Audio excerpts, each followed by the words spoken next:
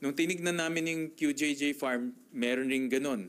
Pumasok sa QJJ Farm between 2018 to 2024, almost 3 billion pesos. So kung susuma natin yan, close to about 5 billion pesos ang pumasok na unaccounted. Legitimate yun. Nanggaling yun sa mga financiers, POGO operators, money launderers na pinasok sa account niya. Sa account lang niya yun. Nung tinignan namin yung QJJ Farm, meron ring ganun. Pumasok sa QJJ Farm between 2018 to 2024, almost 3 billion pesos ang pumasok doon.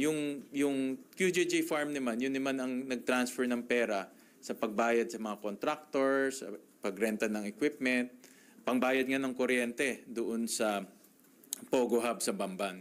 So kung susuma natin yan, close to about 5 billion pesos ang pumasok na unaccounted at unname yung source ng pondo.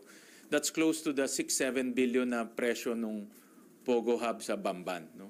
So kaya hindi pa natin nakikita yung mga ibang corporations nila. No? At nakita namin may mga pumapasok rin doon. So,